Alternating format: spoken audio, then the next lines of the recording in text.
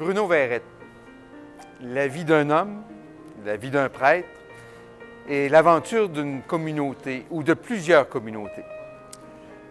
Cet homme qui est originaire de l'ancienne Lorette a grandi et a évolué dans un milieu où il y avait à se débrouiller, mais surtout où il y avait la possibilité de faire beaucoup de sport. Et à travers le sport, il a trouvé sa place. Un endroit pour grandir, un endroit pour se développer, mais aussi pour travailler en équipe. C'est ce qu'il a fait toute sa vie. Chaque jour, chaque époque chaque nomination qu'il a eue a été l'occasion pour lui de découvrir des générations, des jeunes de tout âge, qui avaient le goût de projets, mais qui n'en avaient pas toujours les moyens. Et ici, à Saint-Étienne-de-Lauzon, il a d'une façon toute spéciale marqué la communauté par la proposition de la construction d'un aréna pour le bénéfice de tous ces jeunes qui avaient besoin de loisirs. À Saint-Étienne-de-Lauzon, on avait un projet communautaire de construire un aréna sans subvention du gouvernement, on le savait. Mais à un moment donné, ça a créé de la dissension dans la municipalité, dans la paroisse, parce qu'il y en a qui disaient, bon, ça ne marchera pas, on va être obligé de payer des taxes, ça va tomber. Alors, moi, j'ai dit à Dieu, là, si je peux mettre de chicane, on arrête ça. Mais si c'est pour le bien des gens, on y va. Alors là, ils font le tour des paroisses, des maisons, pour savoir si les gens sont intéressés à s'impliquer. On verra. Puis quand j'ai vu que les gens s'impliquaient, j'ai dit, tu veux, on y va.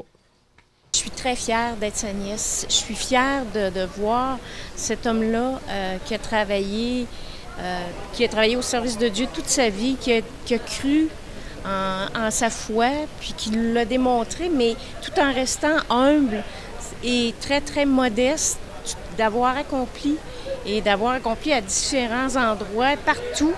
Ça fait longtemps qu'on le suit, nous autres, qu'on l'a vu vivre un peu partout à travers la province. Tous les résultats, tous les gens qui ont tellement aimé mon oncle Bruno. Alors moi, j'ai commis à 5h30, à la nuit de Noël, à la messe de minuit.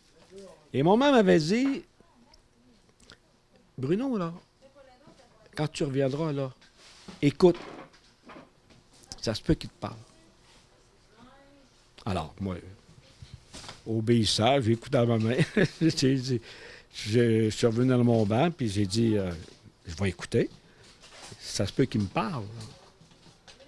Et mon appel à devenir prêtre date d'être là. Alors moi, à partir de là, évidemment, j'ai porté ça longtemps tout seul, parce que je me disais, ça se peut quasiment pas qu'il me demande, moi, famille ordinaire, cultivateur, tu sais, alors... je ne peux pas parler de ça pendant des années. Je garde ça pour moi, ça n'a pas de bon sens. Mais chez nous aussi, on entendait ça souvent. Faites confiance, la providence va être là, ayez confiance. Puis, alors j'ai vécu un peu dans ça. Bruno est inspiré par Charles de Foucault, cet homme du désert.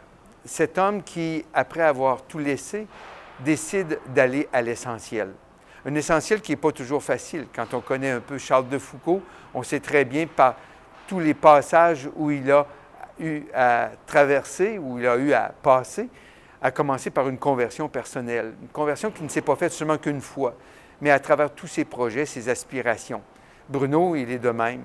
Il est passé d'une communauté à l'autre et encore aujourd'hui, avec la bouchée généreuse, il veut continuer d'être proche de ceux qui traversent des déserts, pour ne pas qu'il soit seul, parce que seul dans le désert, on finit par en mourir, alors qu'ensemble, on trouve des oasis.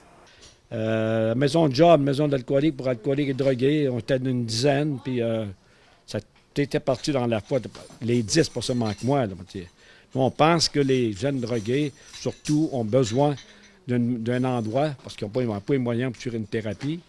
Et ben oui, ça va marcher. Alors, moi, quand tu arrives à la bouchée généreuse, là, tu veux ça, ben, tu vas être là. Pas compliqué, là. Fait que, il est là. Un coach de vie, on pourrait l'utiliser aujourd'hui, mais plus que ça. Quelqu'un qui mène et qui rend libre et qui rend autonome.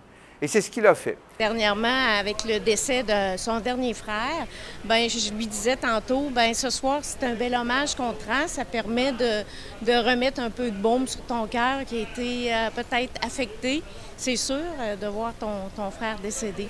Donc, je pense que tout le monde, on est très, très heureux pour lui. Puis on sait que c'est pas cet hommage-là va probablement lui donner encore des ailes comme le cœur, puis ouvrir encore plus grand son cœur, comme il est, cet homme-là, un être de cœur. C'est un gars qui a compris que Dieu a une préférence pour les pauvres. Les pauvres, sous toute forme, ça peut commencer d'abord par le petit, le garçon, la fille qui cherche un sens à sa vie, qui veut s'engager, mais qui ne trouve pas toujours les moyens. C'est aussi celui ou celle qui, après être sorti de l'adolescence, n'a pas trouvé les moyens pour trouver l'équilibre. Et c'est pour ça que souvent, il a côtoyé des gens qui ont des problèmes avec la boisson, la drogue, la prostitution. Pourquoi? Parce que Bruno, il sait que ces jeunes-là, qui sont devenus des adultes, ont manqué à un moment ou l'autre d'appui et de soutien dans leur cheminement.